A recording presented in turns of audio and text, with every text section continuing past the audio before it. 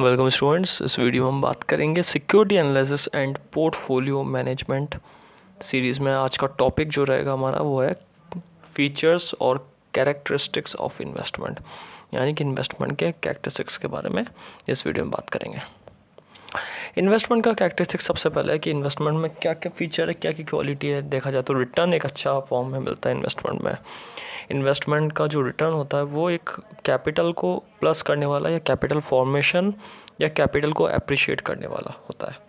जो भी हम इन्वेस्टमेंट करते हैं हम एक एक्सपेक्टेशन, एक होप लगा कर रखते हैं कि हमें उस इन्वेस्टमेंट से एक अच्छा रिटर्न जो है वो मिलेगा। रिटर्न में be receive in the form of yield plus capital appreciation. हमें एक कैपिटल अप्रिसिएशन यानी कि हमारा जो पैसा लगाया है वो एक एक्स्ट्रा होकर हमें वापस मिलेगा। Difference between sale price and purchase price is capital appreciation. जितने में आपने खरीदा और जितने में आपने बेचा उनका जो डिफरेंस है that is a capital appreciation. For example 10,000 की कोई चीज़ आपने खरीदी, कोई सिक्योरिटी आपने खरीदी, कोई एसेट, और उसको 20 में बेचा, तो 10 का तो हो गया परचेज प्राइस, 20 हो गया सेल प्राइस। जो डिफरेंस है 20 माइनस 10 वो हो गया आपका कैपिटल अप्रिसिएशन। यानी कि जितने में खरीदा और जितने में बेचा तो वो that is a difference is return. वो क्या माना जाएगा? रिटर्न माना जाएगा। द डिविडेंड और interest receive from investment is yield. अलग अलग वेराइटी में होते हैं। इंटरेस्ट और डिविडेंड दोनों एक इन्वेस्टमेंट का पार्ट है और दोनों को गेट करने के लिए ही इन्वेस्टमेंट करा जाता है सिक्योरिटी मार्केट में। जो स्टॉक्स है, शेयर्स है, डिबेंचर्स है, इनके ऊपर।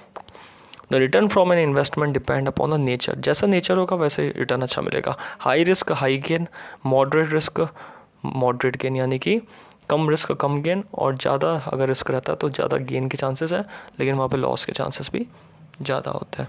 तो जो रिटर्न होगा वो एक नेचर के ऊपर डिपेंड है। जैसे मैच्योरिटी पीरियड होगी वैसे रिटर्न यहाँ पे होगा।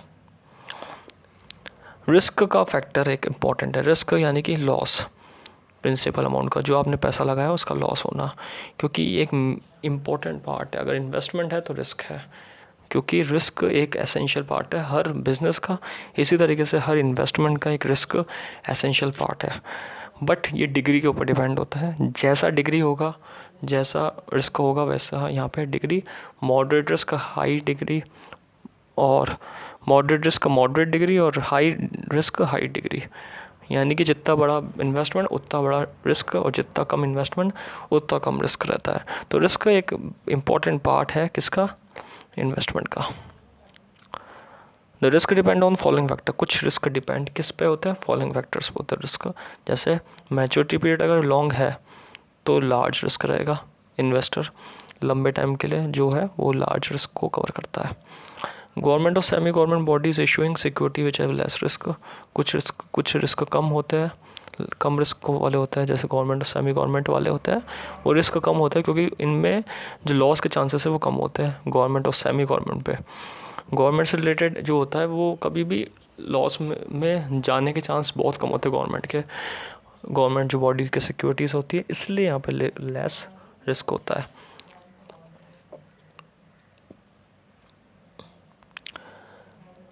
The risk of degree of variability of return is more in the case of ownership capital compare to डेब्ट कैपिटल। जिसमें ओनरशिप वाला कैपिटल था, जैसे इक्विटी शेयर्स खरीदे,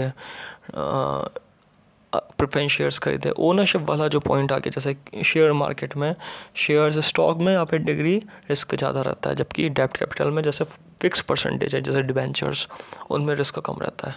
और एक टैक्स प्रोविज़न भी रिटर्न को अफेक्ट करता है। जितना ज़्यादा रिटर्न उतना टैक्स अफेक्ट करेगा।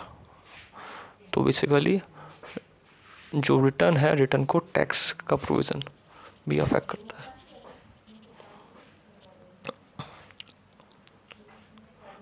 सेफ्टी एक पॉइंट है जो इन प्रिंसिपल अमाउंट और एक्सपेक्टेड रिटर्न ऑफ रिटर्न को सेव करता है।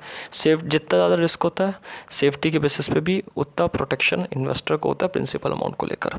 जो पैसा वो लगा रहा है एक एलिमेंट है, क्रूशियल एलिमेंट है कि वो इन्वेस्टर जो पैसा लगा रहा है क्या उसका रिटर्न उसको मिल रहा है, एक्सपेक्टेड रिटर्न उसको रिटर्न मिल रहा है। वो सारी चीज़ें यहाँ पे देखी जाती है।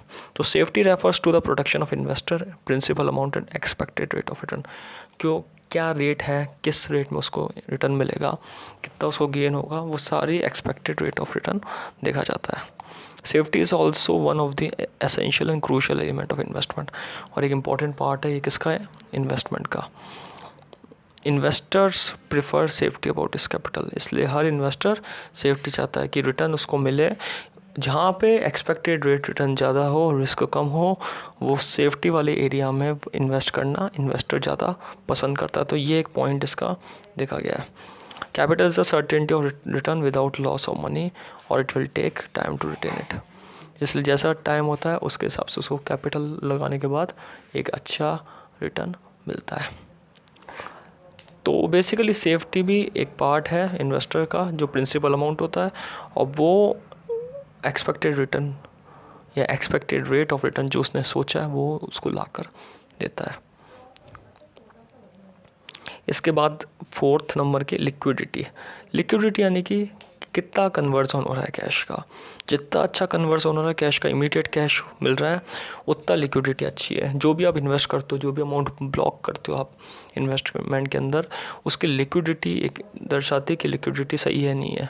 अगर वो कैश में जल्दी कन्वर्ट हो रहा है तो लिक्विडिटी अच्छी है, कैश में अगर जल्दी कन्वर्ट नहीं हो रहा तो लिक्विडिटी सही नहीं है। तो लिक्विडिटी यानी कितना कन्वर्जन कर रहा है कैश में इन्वेस्टमेंट, और ये एक इम्पॉर्टेंट पार्ट है। In other words it is available immediately in cash form, कितना वो कैश फॉर्म में अमाउंट मिल रहा है। लिक्विडिटी यानी कि इन्वेस्टमेंट जो इजीली रिलाइजेबल है। रिलाइजेबल मतलब रिलाइज कर रहा है, कन्वर्ट हो रहा है। सेलेबल सेल हो रहा है, मार्केटेबल मार्केट में आ रहा है वो चीज़।